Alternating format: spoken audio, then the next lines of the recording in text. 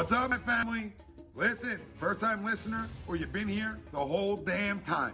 Hit that like, hit that subscribe, giddy up, let's go, no notes.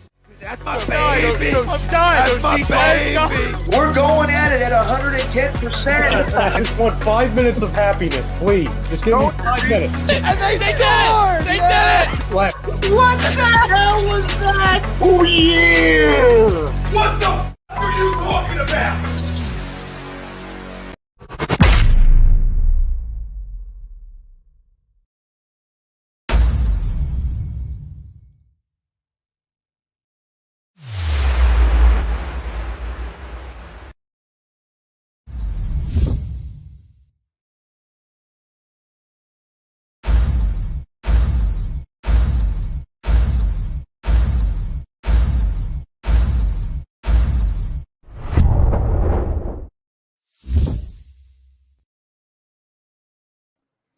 What's going on, folks? Good evening, good evening, good evening. Welcome to Pro Fan Talk. My name is Marcus Thomas. Thank you for joining me. Happy Thursday to you. We are back again, getting ready for Thursday night football, getting ready to get it on and popping. Eagles going to play Miami. Phillies are in the playoffs, and their bats are heating up. So, man, we are ready to go. Whole bunch of NFL news. The NFL is the gift that keeps on giving, man. And we are here for it. So, happy to have you here. I see some people. I see my guy Spliff first out the limo. I appreciate you, brother. And I appreciate that Twitter space. That was a lot of fun. And I will be back there. Call on me anytime, man. We can talk football. It's all good. So we ready to get it started, man. It's been a crazy week. Got a breaking news this week with the Julio Jones signing. Nobody saw that coming. But it is what it is, man. But you know what? Right off the bat, because I know we're going to talk a lot of Eagles. We're going to get with the Eagles and Miami thing right off the bat. But let's just show some love to the Phillies, man. Them Philadelphia Phillies. Man, them boys are balling right now. What's up, Jake? Them boys are balling right now. Them bats were so hot the other day, 10 runs on the Diamondbacks, man. Them boys are getting on base, putting the ball into play, and they hitting the ball over the fence, man. So guess what? You can't say nothing about them Phils, man. That energy is spilling over when you start seeing all of the Eagles coming to the games and stuff like that. Listen, they feed off each other. It was the same way last year. It didn't end out the way we wanted it to, but the energy is still the same, but it's that much better because I think the Phillies are that much better this year. They are balling right now. Bryce Harper is on a tear. Nick Castellanos is on a tear. Schwarber is finally heating up. Our pitching is finally where it needs to be. Our bullpen is finally where it needs to be, and they are producing results. And that's why the Philadelphia Phillies right now are nasty. Nobody wants to deal with us because we are putting the bat on the ball. They cannot stop us. Our lineup is fire. Everybody is hitting. Everybody is doing their part. You don't have to make a play to make a play. Everybody's doing their part. And that's what we need. Nothing crazy. As long as our bullpen keeps up, man, it's looking good. Them boys have got the confidence. Not scared of nobody. Teams are trying to find a way to pitch around Harper. You can't do that. We got too many people on the back end that's swatting the ball around. So nobody's exempt. And that's the way I like it. What's up, Chucks? What's up, my guy? Chucks, we gotta get back on that Avatar thing, man. I'm a big cartoon fan. If you guys didn't know, I'm a huge animation fan. Always going back to, Bugs Bunny Roadrunner, Speed Racer, Gotcha Man, or Battle of the Planets. Like a lot of the Akira, Legend of the Chojin Fiend, a lot of stuff, a lot of anime, a lot of that stuff, man. I've been a fan for years. One of my favorite modern day cartoons that I was watching as a grown ass adult is Avatar: The Last Airbender. When that original show came out on Nickelodeon, every week I was in there. Last Airbender, and just recently, if you saw Spear and Fang on Adult Swim, Spear and Fang, same Gendy Tartakovsky is the same guy that did what was that? The Clone Wars cartoons. Yeah, so Spear and Fang, I was a big fan of that. Clone Wars, I'm a big fan of that. Dude, I like good animation, man. Arcane, that was on Netflix. Huge fan of that. I didn't even play the game, but that show was fire. So all about that energy, man, and I love it. So yeah, Chucks, we gotta get. I might have to buy a Netflix subscription now.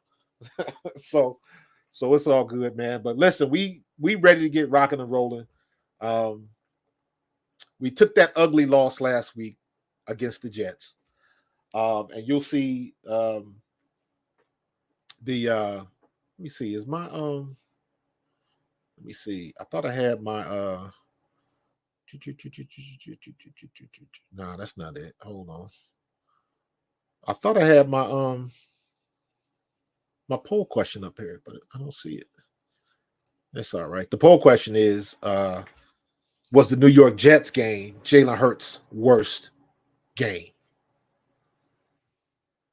I don't think it was.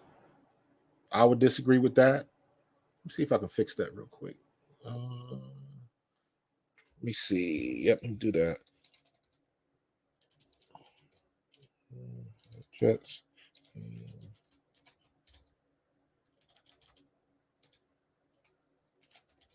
Jalen Hurts worst ever. Let's see if I can do that. Yep. There we go. There we go. I put the end of it. There we go. Agree, disagree. I don't think it was his worst game. So we've done a lot worse. I still think that the game against the Bucs last year, or in 21 in the playoffs, was his worst game. So, you know, Pete Evans, what's going on, bro? What's going on? Pete, I was looking at that, man. Listen, so Jalen Hurts is going to get credited for the 3 picks, right? The first pick, I can't remember if it's the first one or the second one. I think the Dallas Goedert pick, when he drops the screen and the defensive tackle catches it, I believe that was the first turnover. The second one, Driscoll comes in and he gets beat off the edge, and the guy hits Jalen's arm and he floats the ball and they pick that off. That's not on Jalen. Yes, it's a pick, but that's because our right tackle couldn't block. And if you look at some of the things that was going on with Driscoll at that right tackle, there was a couple times where it was like, dude, what are you thinking? Like, it was a couple times where it was like, did he run the wrong play, or did he block that wrong? So hopefully it'll be better this week, but Lane Johnson's going to be back, so it's not going to be an issue. And we know that Driscoll is a much better run blocker than he is pass blocker. So I don't understand why they didn't try to get him some help, put some offensive sets, something to get him a chip, something to help him out a little bit. Or put a hot route on his right side all the time. Either put a guy in motion or do something. We still don't run hot routes right. I still don't understand that. But, you know, it is what it is. Brian Johnson still got some work to do. Yo, Driscoll was terrible, man. Driscoll was terrible. Yeah, Chucks, I agree with you 100%, man. I think I just said that. The playoff loss to the Bucs, he was god-awful. You know what? It wasn't about him being god-awful. He wasn't ready. And that was clear. He wasn't ready. But if you remember, going into the offseason, one of the things I said was, I expect him to be better because now he's got the answers to the test. The 22-year, a lot of people don't realize this, but last year was the first year that Jalen Hurts was in the same offensive scheme for a second consecutive year. So he was in Shane Steichen's offense for the second consecutive year. So the way I like to put it is, he already had the answers to the test. That's why, in my opinion, he ran that offense so much better last year than he did in the year before. He was so much better. So now we got another offense. I wrongfully assumed that when Brian Johnson got the job as OC, he was going to run an offense very similar to Shane Steichens. And clearly, he's going in his own direction, doing his own thing. So what that means is Jalen Hurts had to learn another offense. That's why you having so many sync errors. Stuff is not working. They still trying to get the bad lines out of the code. They still got a lot of work to do.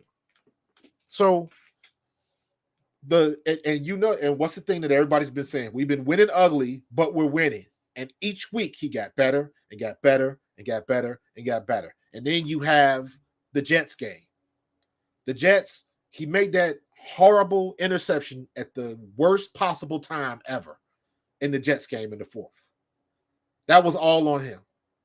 Bad decision, threw off his back foot, didn't have no zip of power to it, and he got what he got.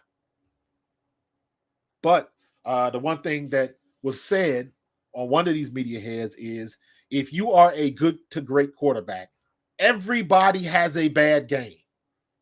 Nobody's exempt. Everybody has a bad game. So, and in the big scheme of things, was he that bad? Would the outcome have been different if Devontae Smith caught those 2 balls he dropped? If Dallas Goedert doesn't fumble it right back to the Jets in our territory? If Kenny Gainwell catches that ball on the sideline that would have been the first down and kept the chains moving, would the outcome have been different? 3 separate drives. Let's just assume that on one of those drives we would have scored. Or worst case scenario, let's say we would have got, I don't know, a field goal out of 2 of them, 2 of those 3 drives. Let's say we would have managed somehow to get 6 points. If we got 6 extra points, we win the game. So every little thing counts. And when you see, when's the last time Devontae Smith dropped the ball that hit him in the hands? On top of, you had all of that nonsense that McNabb threw out there about, I knew it as soon as he got on WIP, somebody was going to try to hit him up for that. And WIP got exactly what they was looking for. They was looking for Donovan to somehow, some way bring up T.O. And that's exactly what he did. And it was like, why would you do that? Why would you bring up T.O. in that situation? Donovan McNabb and T.O. are arguably the best receiver and the best quarterback this franchise has seen. Whether you like McNabb or not, he's the best behind center that this franchise has ever seen, period. So him and T.O. did not have a good relationship. They didn't respect each other. They didn't like each other. And I don't know. There's so many stories about what exactly went wrong. Who knows? But they didn't get along. But you thought that would be civil enough to win championships together. Because that's the one thing I did give Donovan credit for. He said on TV, he said, why would I want to be enemies with this guy? We could have broke records together. And I believe he meant that. But T.O. had some other stuff going on. Was it all T.O.'s fault? Absolutely not. But he took it to the nth degree, and you don't want to work with nobody. T.O. became the poster child for what not to do.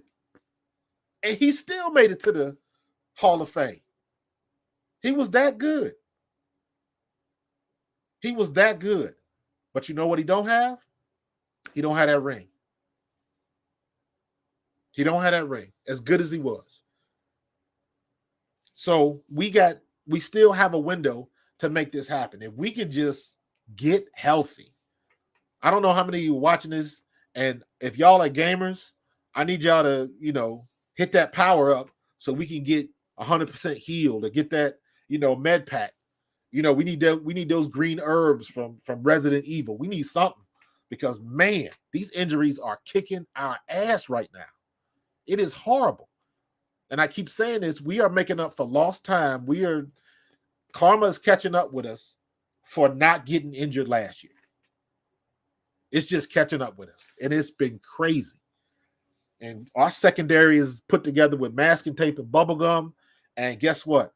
Sean Desai, if our defense keeps doing what they're doing, Sean Desai should be in somebody's conversation for coach of the year, defensive coach of the year, whatever.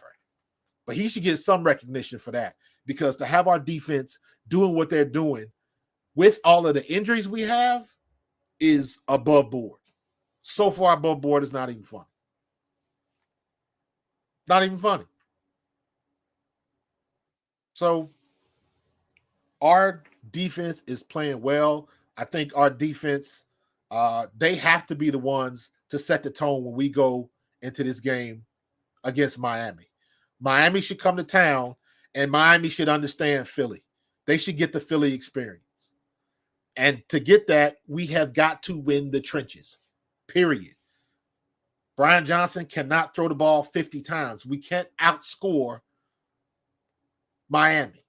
They too fast, and our secondary is too hurt. And Mike McDaniels is calling games like a mad scientist. We'll lose that chess match. We got to be able to get home, get Tua off his marks, and disrupt. And every now and then, we're going to have to come up and play a little bump and run with Tyreek and Waddle and all them guys. We got to do it because we got to disrupt that rhythm. We can't do it all the time or they're going to burn us. They're going to chew us alive and spit us out. So we can't do it all the time, but we got to pick our spots, and we got to get physical. They are not a physical team.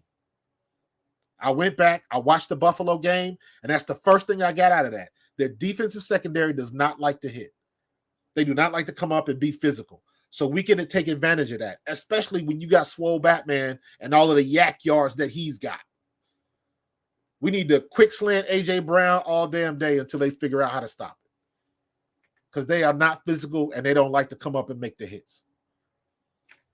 Our offensive line, we have got to run the ball. We have got to win time of possession by a wide margin. Greg, what's going on, bro?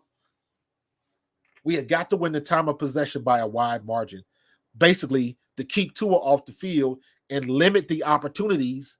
Him, Tyreek Hill, Waddle, limit their opportunities.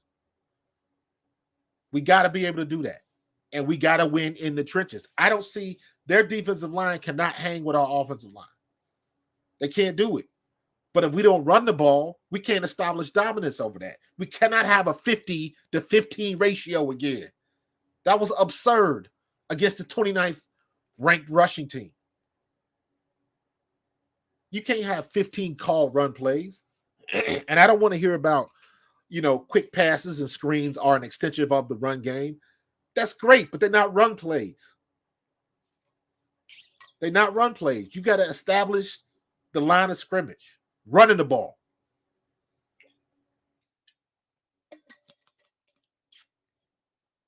Yeah. Listen, too much gets made about knowing what somebody's doing. If you run your offense efficiently, it doesn't matter. You still can't stop it. How many people know we're going to do this tush push, the quarterback sneak, the brotherly shove, whatever you want to call it? Everybody knows when we're going to do it, and can't nobody stop it. And all these other teams are trying to do it, and they have zero success with it. Why is it that we run it right?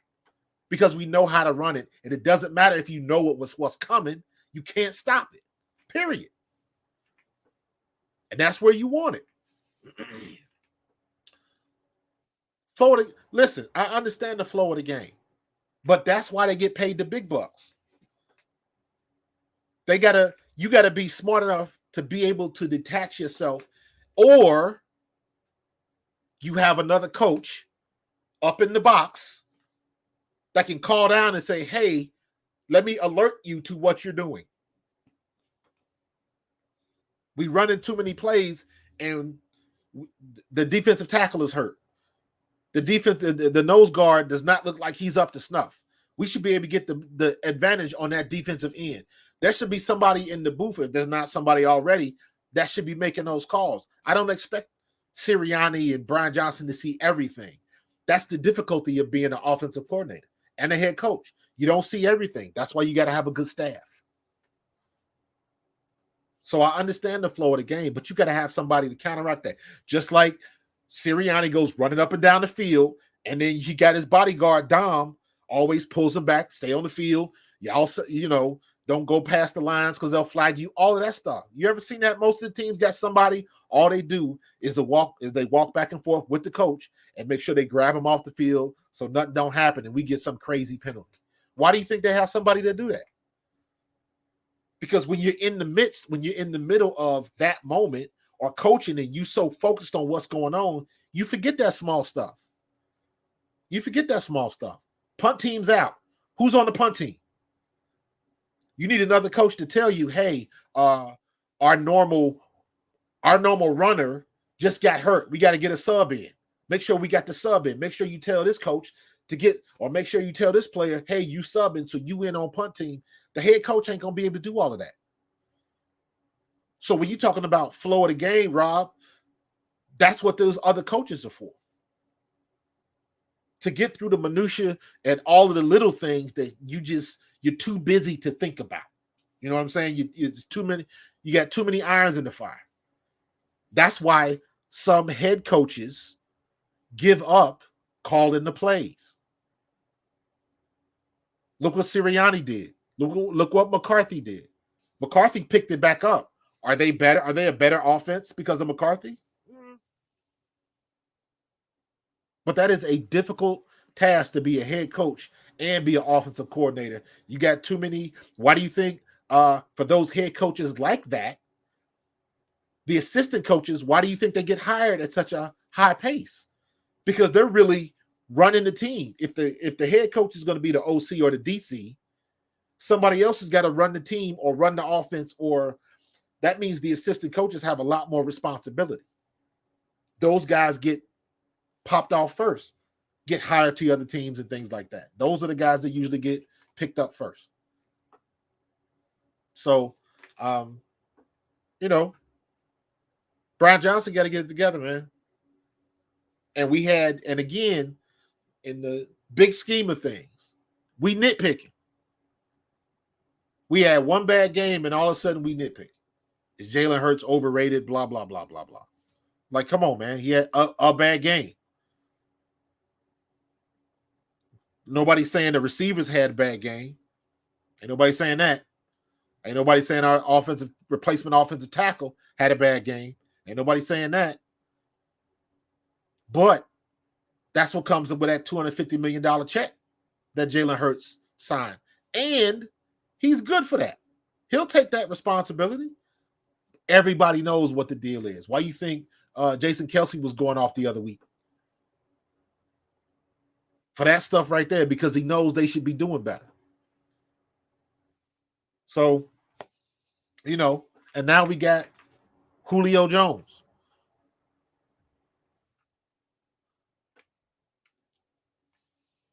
Yeah, that's what it looks like. I don't always get into that when you say, they just had low energy. That's one of those things, man. Sometimes it's hard. It's a weird feeling. It's hard to explain. It's almost the same as when you try to explain to somebody what it means to be in the zone.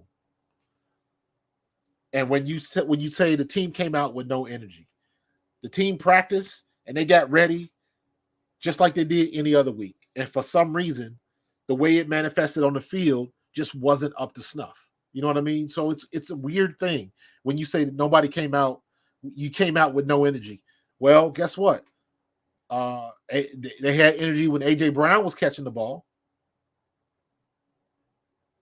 We had energy then. You had energy when Jalen Hurts was stiff-arming a defensive tackle and still throwing the ball on location, on time, and on target. You had energy then. So it's a weird thing, but I understand that. Yeah, Dibben Smith's a bad dude, but in that particular, I like his answer when the guy in the locker room asked him, so what do you do to learn about that? He said, there ain't nothing to learn. I just got to catch the damn ball. That's it in a nutshell. Point, period, end of paragraph. That's it. There's no comeback or follow-up question to that. And I hate when people try to make up something or try to bring it back around. And it's like, dude, I just told you. There's nothing else. There's no comma. There's no but with it. That's what it is. You catch the ball, and the ball hit him in the hands. He wasn't contested. He just dropped it. So Hopefully, he's got that out of the way. And, he'll come back strong this week because we're going to need him this week. Do I think it's going to be a high-scoring affair? It could be. It could be. I don't want it to be a shootout, though. I want it to be a down and dirty physical game for us because I think that's going to be our best course of action to win against the Dolphins. They are not a physical team. I want to see Jalen Carter eat, and Fletch and BG and Josh Sweat and Hassan Reddick. I want to see Hassan Reddick is in that rhythm now. He's got it. He's got that mojo. I'm expecting him to get 2 more this week, especially when you got a left-handed quarterback. So, or maybe not necessarily Hassan, but whoever's playing on the other side, BG. I don't know what's going to happen with Derek Barnett because Derek Barnett looked lost as hell last week against the Jets. He looked horrible. It was almost embarrassing how he was getting thrown around. Anthony, I think Julio's going to play. Now, the funny thing about Julio is, does he have enough in the tank? What's he got left in the tank is the question everybody's asking, right? I don't know. But how much gas you got in the tank depends on how long this trip going to be. I don't need Julio Jones taking the top off the defense. That ain't going to happen. And I don't think his hamstrings can take it. But you put Julio Jones in the red zone, he can run a 10-yard out. He can go in the end zone and go up and still get vertical on a 5'10" defensive back. He can still out-jump. He can still dunk with 2 hands. That's what I want to see from Julio Jones. I say it half in jest, but half serious. When we had J.J. Arcega-Whiteside, I was like, that's the only thing. He should have been in here doing one thing. Both his parents were Olympian athletes. I think his mom was a high jumper or something like that. So I know the boy can jump out the gym. All you got to do is take his 6'2", 6'3" butt, put him on goal line, and say, every time I'm throwing you the ball, you jump to go get it. You jump to go get it. I remember when Magic Johnson was telling the story of when he got to the Lakers and he had that conversation with Kareem talking about, I'm here for you. How do you want the ball? Kareem said, I want it high. He said, I'm going to give you that ball like that every time. Know your role. And I think Julio Jones can do that. He's a big body. So all of those bubble screens, which I hate so much, but I think he's a much better blocker on bubble screens than Quez would be, or Oz. Now, Oz is fast, and Oz is a hustle guy. So I like Oz. I want to see him in the game because he makes things happen. He's making plays if he's not getting the ball. He's still finding a way to make plays. So I like Oz. I want Oz. Julio can just add another dimension because you just don't forget how to catch the ball. You can't give up being 6'3". He can still do that. So again, I don't want him to have to take the top off the defense. That ain't gonna happen. What up, Rob Povia? You like that backdrop? I appreciate that, bro. That's mine. Just to let y'all know, that's my backdrop.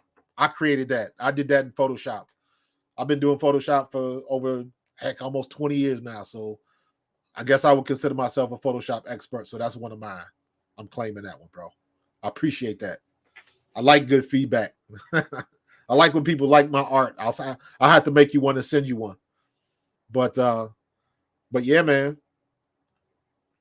So Julio's still in good shape and very similar to what happened last year with Linval Joseph and Ndamukong Suh. Nobody expected them to have the impact they did last year when we signed them. And that impact was immediate. We played the Colts when both of them got on the field and made an immediate impact. And I was like, okay, these boys are ready to play. So, yeah, Vince, I'm with you, bro. I'm with you. going back to the situation with McNabb, that's the one thing that you can't just throw it away. And I think that's where McNabb might have a point. I don't think it's weird. I can sit here and say after DeAndre Swift had that start, he had 15 carries and 18 yards against the Jets. So even after having that bad game, he's still top 5 in the league in rushing. So when he was rattling off those 100-yard gains, y'all remember what I was saying? You feed it until they stop it. If they can't stop it, you keep feeding them the ball, period. That's how you win games. So when you're talking about A.J. Brown, you got to keep that same energy. A.J. Brown had 100+ 4 consecutive games. And these are not he's going deep or mistakes. He's getting the ball and getting yak yardage and breaking tackles, and he's making it happen. So there's is he forcing it to A.J. Brown? I don't think so. Especially when you look at the fact that against the Jets, Devontae Smith had 11 targets. A.J. only had 9. Devontae Smith may have been over 100 yards because I believe that first pass he was doing, I guess it's about a 10 to 12 yards cross. And if he would have caught the ball, he had an opportunity to break away and take it to the house. He may not have made it, but the safety was over the top, and the safety had just stopped and turned around and was giving chase because the ball was in the air. So if Devontae Smith had caught that ball in stride, he may have been gone. And I'm starting to notice something with Devontae. He catches the ball. He likes to leave his feet, and he doesn't have to. That could be something that's messing with his line of sight. But I can't really say too much on that because Devontae has been balling, and I'm like, do what you've been doing. If he's been leaving his feet, so be it. It could have just been a one-off thing where he dropped the ball that was right in his hands. So let's just hope it doesn't happen again. Wayne Miller says, love the show. By the way, Phils are tied 1-1 going into the 9th. Oh, that's right. The game started at 5. I didn't even watch it. So, yeah, let's get this going. Let's get the bats going, and let's get them home and get to where we need to be. Vince, I'm with you. It's not forcing it if he's open. 100%, bro. 100%. 100%. There are some issues that I do think he might be overlooking, forcing the issue. But if he's open, to your point, he's open. There's been a couple situations down on the goal line. I know I saw one play today watching like a film session, and when Donovan, Lord have mercy, when Jalen ran that quarterback sneak on the goal line, I believe that was Dallas Goedert. He had wide open, but he had already committed to the run. And Driscoll missed his block. Driscoll let the defensive end cross his face. If Driscoll kicks that guy to the outside or at least butts him up and stalemates him, Jalen Hurts can get through and at least get to the goal line and would have had a better chance of scoring. So Driscoll was, I don't know what he was doing because everybody else on the line of scrimmage was run blocking. Driscoll set back in the pass thing. So I don't know if it was an RPO. I don't know what it was. All I know is Driscoll let the defensive end cross his face. And you never do that. You got to make the dude go outside. So, I don't know what the deal was. What's up, Don Don? Don Don is always in the building. Always in the building. So, let me see. Brand. Let's get back here. All right. It is 7:34, so we're going to pay some bills. So I'm going to run off about 3 ads real quick. We're doing Royal Billers, Carlinos, and hats.com. So don't go nowhere. We got to pay some bills. I'll be, after these messages, we'll be right back. Royal Billiard and Recreation, proudly celebrating 40 years, and our new, bigger showroom. Twice the size and twice the fun. More pool tables by Olhausen. More dartboard sets, including custom-reclaimed backboards. More bar and kitchen stools that can change a room. And more bars, including pre-built and custom. Hot tubs, skee ball, shuffleboard, outdoor, and fun. Royal Billiard and Recreation, your ultimate game room store. Now located on Bethlehem Pike in Colmar. In our family, food is our daily bond. My Nonna, affectionately called Mama by many, found solace and joy in the kitchen, sharing her love through delicious creations. She turned her culinary passion into a flourishing business alongside her husband and sons in 1983. Celebrating 40 years is a testament to our exceptional team, friends, family, and beloved customers. With gratitude, we look forward to the future, expanding our brand to share the highest quality Italian food and wine nationwide. Our heartfelt thanks to everyone who has played a part in our story. Grazie mille. Hats.com is the premier destination for quality and fashion-forward hats and more, with designs for every style and trend. Locally based and run by Philly sports team fanatics, Hats.com can help you elevate your hat John. Utilize the easy-to-use guides at Hats.com to find your perfect size and style, and shipping and returns are free. Hats.com. Find yourself in a hat. Use code Philly for 15% off your order. Hats.com. And there we go. There you have it, folks. Paying them bills, man. Paying them bills. Let's see. While we taking the pause real quick, let me put this up because I want to see a feed of the game. I don't want to be rubbernecking because every time I'm looking up at the screen, that distracts me something big. Let's see. Up still 1-1. Ninth to 2 outs. Blah blah blah. Yakety smackety. Who's up? Top of the ninth. So Harper walked. So who's coming up next? Harper scored on wild pitch. Oh, that was the 7th inning. Double to left, Thomas scored. Okay, so we had it. All right, so let's get it. We got to get some. Alex Bohm is up. All right, we'll see what's going on, man. Let's see if we can get one in. But, yeah, man. Where's we at in my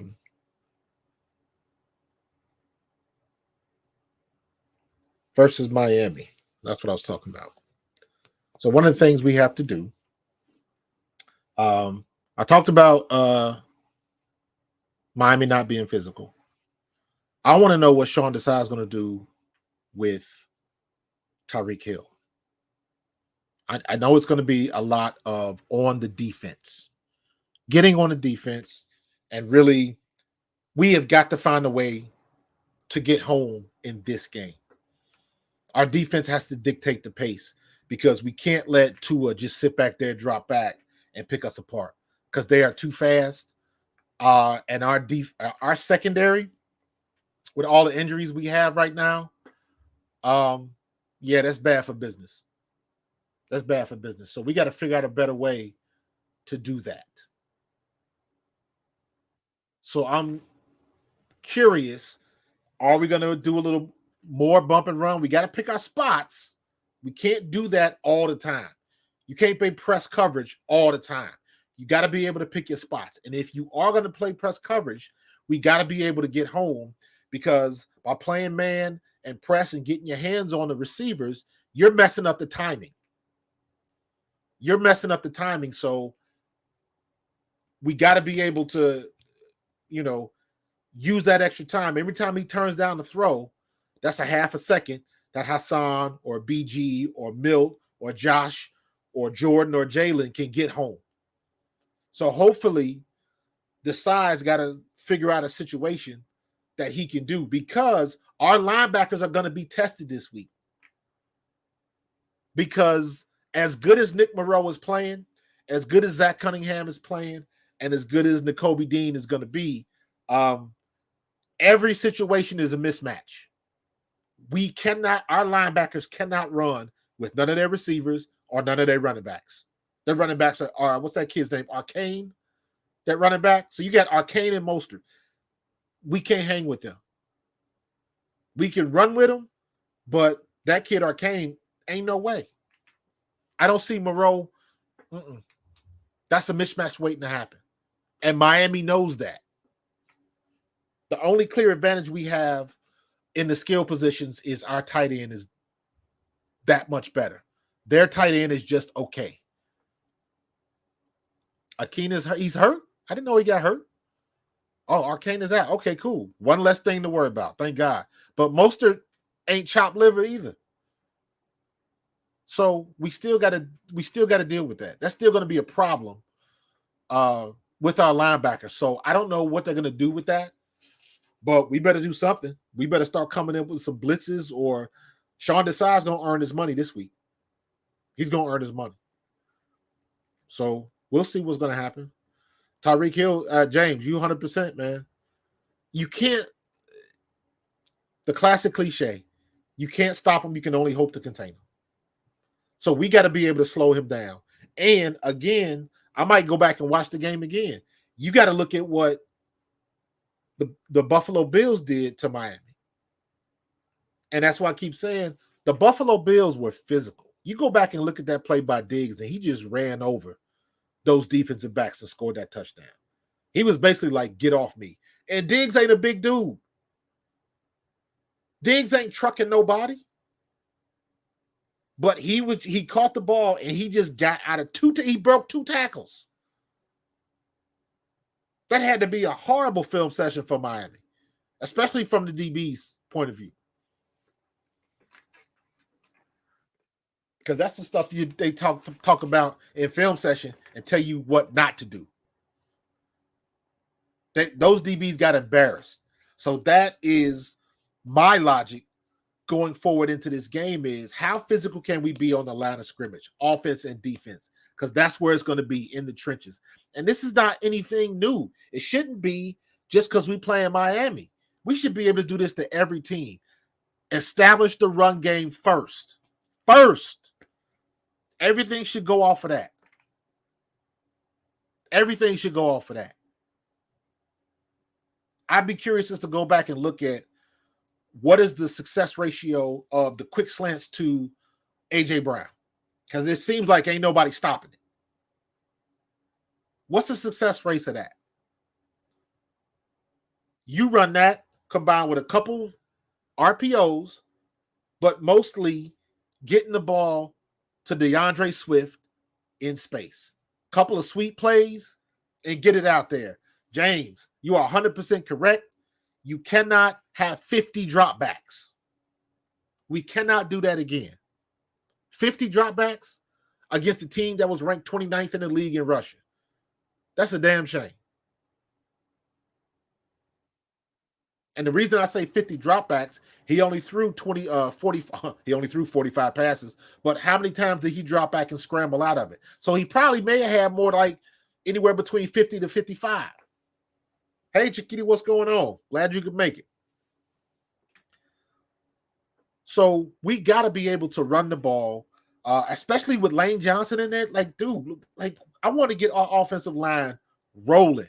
And our offensive line is best when we are going forward, not sitting back and blocking. We already know we can do that. But we run better as an offense when the run has been established. And for some reason, if tackle to tackle, nothing is happening, they get rid of it. I don't understand that. I don't understand that logic. Yeah, Rob, I'm with you, bro.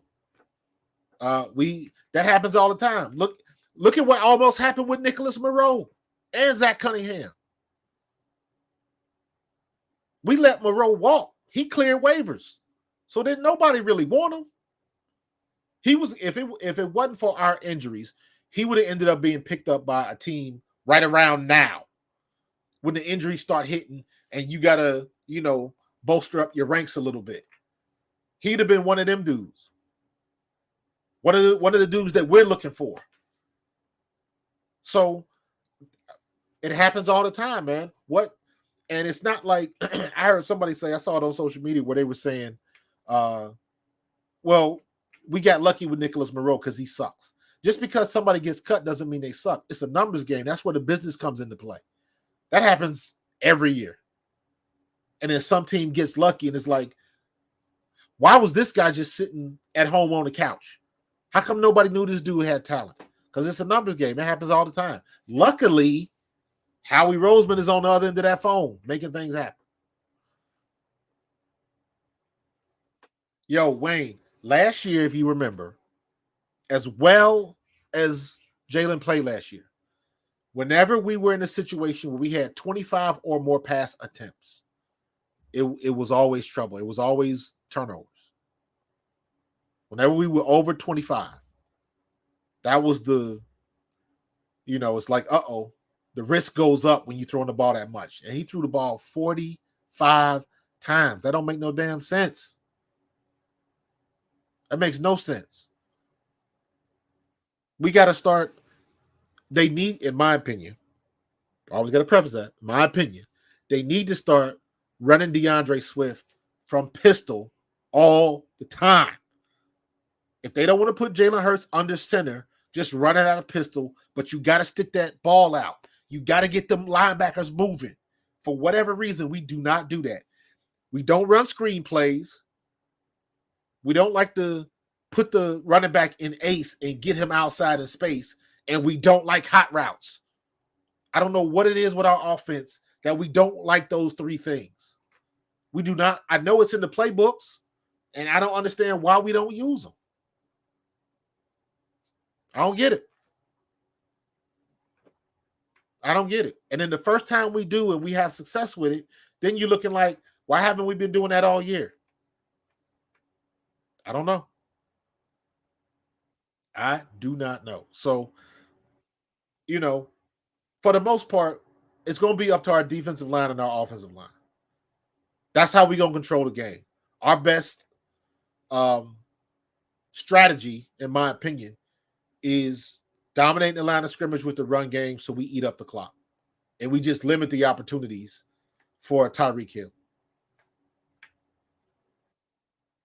Unless Sidney Brown and our defensive secondary just shows up and just plays out of their minds.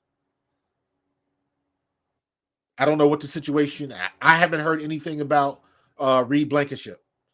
I know he was at practice, but didn't practice. So that just means he's looking to play, but he doesn't want to do anything to disrupt anything. Let me tell you something. From somebody who has been through a rib injury as a running back, there is nothing that you can do to make that better besides rest. You know where else I saw that? Did y'all see the Colorado game? Travis Hunter came back. First time he got popped in the ribs, he went down on the knee. You cannot heal that in 3 weeks. You can't do it. That takes a lot of rest for it to truly heal. Hamstrings and ribs. When you try to play with those injuries, it's like cracking your baseball bat and then super gluing it back together and then trying to go out and play a game of baseball. You already know your bat's going to crack again because it's not, you need a new bat. Hamstrings, ribs, the only thing you can do, there's not enough stem, there's not enough ice baths to heal that. The only thing that'll do it is time. The only thing that'll do it is time. That's why, let me see. That's why Devontae Smith, limited practice. Devontae didn't do nothing in practice today. Jalen Carter, Dallas Goedert, Lane Johnson, Devontae Smith. Groin, time. Ankle, you can rehab the ankle. Hamstring, time. That's why he's not going to do anything until Friday. And on Friday, they're going to do the walkthrough. He's going to see what he can, see how, if he can go full speed and then do it from there. So, it's, oh my God, man. We got to have a clean game eventually. Eventually. We just got to get into this bye week. We still have a good opportunity to win, but we got to take care of business. Where's my little... I always lose this stupid thing because I got a little schedule, a little Eagle schedule, but I always miss it because my office is a hot mess. But in any case, we got to get healthy, man. Lane Johnson is not human. I can't argue with you. Don, I mean, yeah. Because here's the reality of it. It doesn't matter what injury you have. You are always at risk. You are always at risk. If you guys didn't go to my YouTube channel, go to Pro Fan Talk, and look at that video I did about Jalen Hurts when he broke that tackle and his ankle did like that. Go watch that video. Only by the grace of God did that dude's ankle not snap. So everybody is one play away. And he broke a tackle. And it looked like his knee buckled. But he hopped right up and nothing happened. And it's just like, oh my God. How did his ankle not snap? So at that angle, with that pressure, at that speed, it just didn't happen. But one play away. One play away. Everybody. So if he's not 100% with his hamstring, he might get in there, rattle off a couple good runs or something like that, and then he might make just the slightest cut, and then he's wrecked. I use my own guy, my guy from my hometown Bengals. Look at Joey Burrow. When all his issues started, he was casually rolling out in practice. They wasn't even doing anything. He was just warming up. Casually rolled out to the right. Boom. All of a sudden, he's limping. He goes down. What happened? Calf injury. Nobody touched him. One play away. Jalen Carter last week. Out last week against the Jets. Turned his ankle in practice. They don't even do much in practice anymore. One play away. You never know. So half of me is like, you got to be careful. Wait till you're 100% healthy and all that kind of stuff. The other half is, you look at Aaron Rodgers. That's just the way it goes sometimes. So you got to be as careful as you can. And with all the technology and the things they use for treatment and all of that kind of stuff now, they're pretty sure of what somebody can and can't do. But ultimately, it's up to the players to really understand what their body feels like and what they're trying to do. So, I'm sure Lane's going to be okay. I'm sure Devontae is going to be just fine.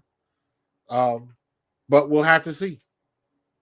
We'll have to see. I hope Devontae Smith can take a ball and take it to the house.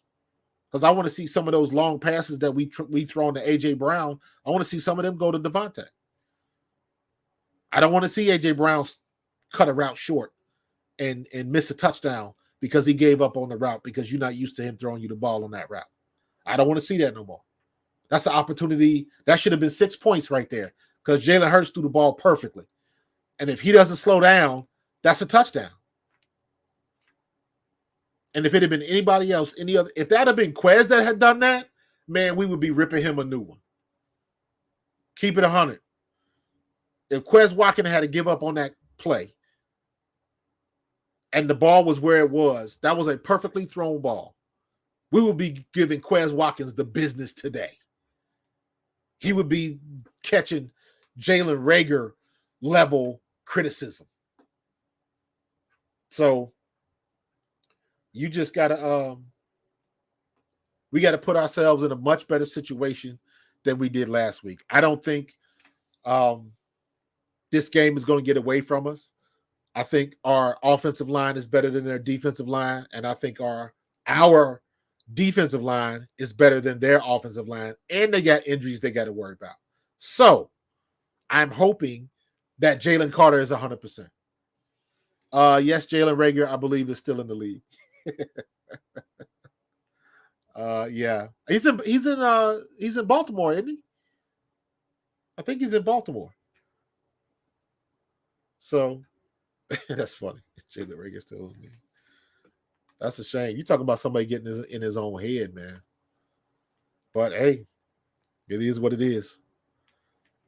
So we got some things to do, man. I'm hoping Brian Johnson to I just hope things will click, and because it's amazing to me how sometimes we make things difficult on ourselves. And I understand the ego and the hubris of coaches as to why they do a certain thing all the time, or they won't change. Because any change that a coach makes could likely cost them their jobs. So the logic is, if I'm going to go out, I'm going to go out my way. Not wondering if I'd have did something different. This is what I do. This is what's worked for me. So I'm going to keep it like this. And if I strike out, I strike out.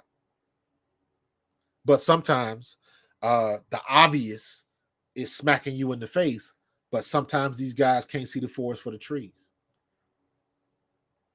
Sometimes you are going to, drop back 50 times on a defense that can't stop the run. Sometimes that's going to happen. So hopefully they got all of that out of their system. We'll see what happens. Because a lot of people, think about it, a lot of people didn't expect the Rams game to go the way it did. A lot of people picked the Rams to beat us. And hell, if they'd have done the same thing in the second half that they was doing in the first half, maybe they would have. But again, when we get to the end of this year and our defense is still doing what they've been doing, I believe that Rams game is going to be like that's going to be where the switch was flipped on for Sean Desai. That's when he's going to do it. Oh, come on, Vince. Are you serious? Ugh. Bases. How many outs? How many outs? ESPN is the live stream is like super slow. So how many outs and who's pitching? Damn it, I wanted to take care of these dudes.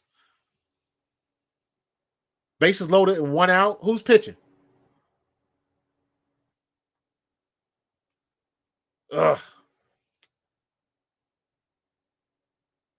Man, we need to be taking care of this. Oh, game over? Ah, crap. Daggone it. Oh, well, so much. On to the next one. So that's what's that mean? That means we got to go to Arizona, right? So the next game's in Arizona. So trying to win it at home and couldn't do it. Who got the run? Ugh. Damn it. I want it to be over, man. Shoot. Oh, well, that's the way. That's why they play the game. The other team gets paid too. So, yeah. But in any case. All right. So we got to get our crap together. Sean Desai's been paying dividends. Eventually, this bye week couldn't come at a better time because we need the rest. We definitely need the rest. So let's get through this game. Hopefully, nothing crazy happens, no injuries, and we can get it done. What is this? Is this? This is our preseason. Man. Anyways, go Arizona, go. Don, I appreciate you, bro. Appreciate you, man. Appreciate you, everybody, for joining in. Good show tonight, man. Good show tonight. The Eagles are getting in their stride. We got a couple bumps in the road. We coming to the meat of our schedule. and we got some tough competition. We got to do what we got to do, but I think we can handle it, and I think we'll be okay. So let's just get it done. Catch me the rest of the week. Check out my YouTube channel, Pro Fan Talk. Always putting up new content there. And I will be here next Thursday, 7 p.m. on the mothership, A2D Radio. All right. Hopefully you guys come back, bring a friend, and we're going to keep this thing rolling. All right. I will holler at you guys later. Thanks for joining in, and I will holler at y'all later. Peace.